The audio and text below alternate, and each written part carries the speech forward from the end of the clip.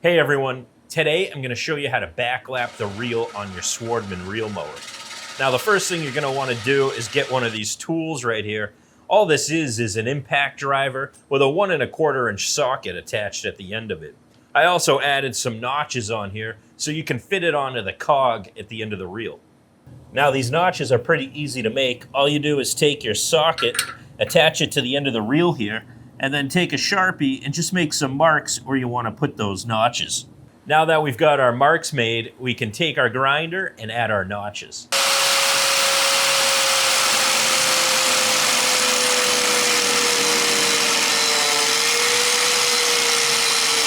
Now just be careful when you go to pick up your socket because it's going to be really hot after running the grinder over it. So let's go ahead and see how well it fits. Well, it looks like it fits pretty good, so I think it's going to be able to get the job done. All right, now that we have our tool, we can start backlapping the reel. There are stands you can use to prop up the reel, but I just find flipping it over works as well. One thing you'll notice is that when the reel is upside down, the blade doesn't have as much pressure on the bed knife. So I like to tighten the reel 1 to 2 flats to get good pressure between the reel and the bed knife. We can readjust the reel after we put it back on the machine.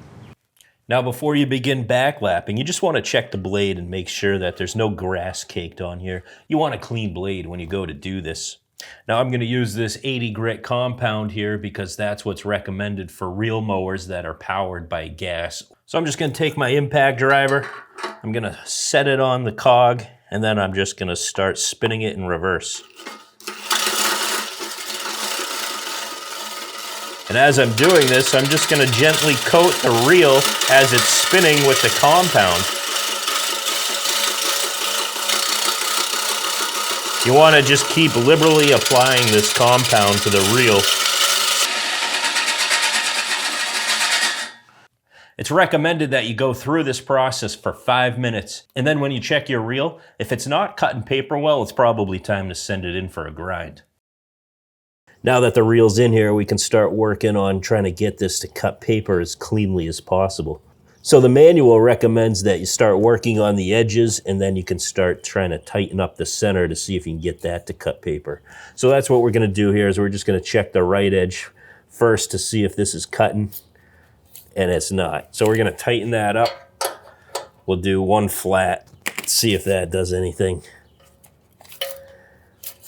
And it didn't, so we're going to tighten it up another flat. We'll see what this does. So it's still not cutting, so we'll tighten it up a little bit more, see if we can get some paper cut. Nope, tighten it up a little bit more.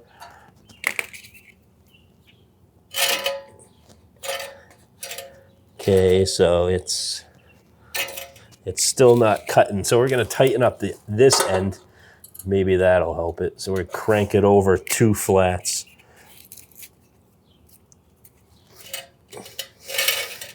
And that's not cutting. That's not cutting. Okay, that's not cutting, so we got to tighten it up a little bit more. We'll tighten each end up and then see what happens. All right, so that's cutting. That's not cutting. Center's not cutting either. So we're going to tighten up this end. And that's not cutting. So we have to tighten that up.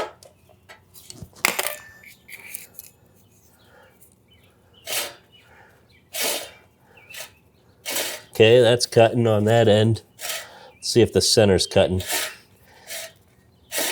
Okay, center's not cutting. The right edge is cutting.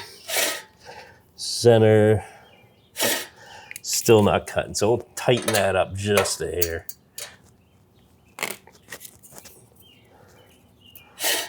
Okay, cutting. That cut. Cut, cut, cut. All right, so it looks like we got this cutting pretty good, and it's not too tight on the bed knife, because if it gets really tight on the bed knife, then you start damaging it, and then it's going to be dull. Plus, you're putting a lot of extra stress on the engine here. So that's how you go through the process of creating the backlapping tool, how to backlap the reel, and then finally how to readjust your reel after backlapping. So now we got a nice clean cut on this Swardman, so we can maintain a nice clean cut lawn.